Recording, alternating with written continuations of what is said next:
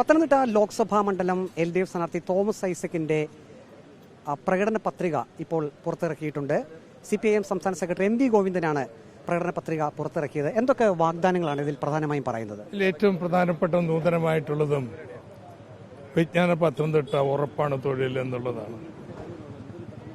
അത് കേരളത്തിന്റെ അടുത്ത വികസന ഘട്ടമായിട്ട് പ്രഖ്യാപിക്കപ്പെട്ടിട്ടുള്ളതാണ്. അത് പത്തനംതിട്ടയിൽ പൈലറ്റ് പ്രൊജക്റ്റായിട്ട് നടപ്പാക്കും.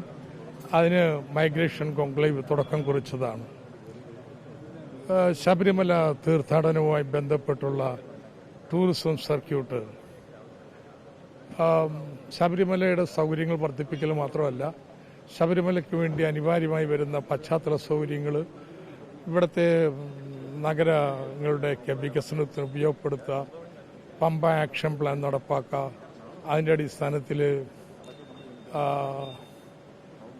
അതിൻ്റെ അടിസ്ഥാനത്തിൽ വലിയൊരു പൈതൃക ടൂറിസം പരിപാടി ആവിഷ്കരിക്കുക.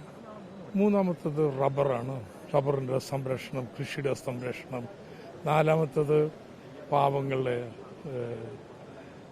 ദാരിദ്ര്യനിർമ്മാർജ്ജനം, ക്ഷേമം തുടങ്ങിയ കാര്യങ്ങളാണ്. ഇത്തരത്തിലുള്ള സമഗ്ര പരിപാടിയാണ് നടപ്പാക്കുന്നത്. ഇപ്പോൾ വിജ്ഞാന പത്തനംതിട്ട ഈ തൊഴിൽ വാഗ്ദാനം നൽകിയത് തട്ടിപ്പാണ് എന്ന് UDFും NDAയും ഒരുപോലെ ആരോപിക്കുന്നുണ്ട്. എങ്ങനെയാണ് അതിന്റെ കാര്യങ്ങൾ എങ്ങനെയാണ് മുന്നോട്ട് പോകുന്നത്? തട്ടിപ്പാണെന്ന് അവർ പറഞ്ഞിരുന്നോട്ടെ. ഇന്നലെ എൻ്റെ സ്വീകരണത്തിൽ 2 കുട്ടികൾ ജോലി കിട്ടിയവർ വന്ന് ദുബായിലേക്ക് പറക്കുകയാണ്. അതിൽ ഒരു കുട്ടിയാണെങ്കിൽ തനി കോൺഗ്രസ് കുടുംബത്തിൽ നിന്നുള്ളതാണ്. ഇന്ന് എലവന്തിട്ടയിൽ അനു എന്ന് പറഞ്ഞൊരു അനു നായർ ഒരു കുട്ടി വന്നിരുന്നു ജോലി കിട്ടിയ പറയാൻ വേണ്ടി. അതൊക്കെ പറയേണ്ടൊരു തട്ടിപ്പ് പറഞ്ഞിരുന്നോട്ടെ, കാര്യം ഞങ്ങൾ ചെയ്തോളാം.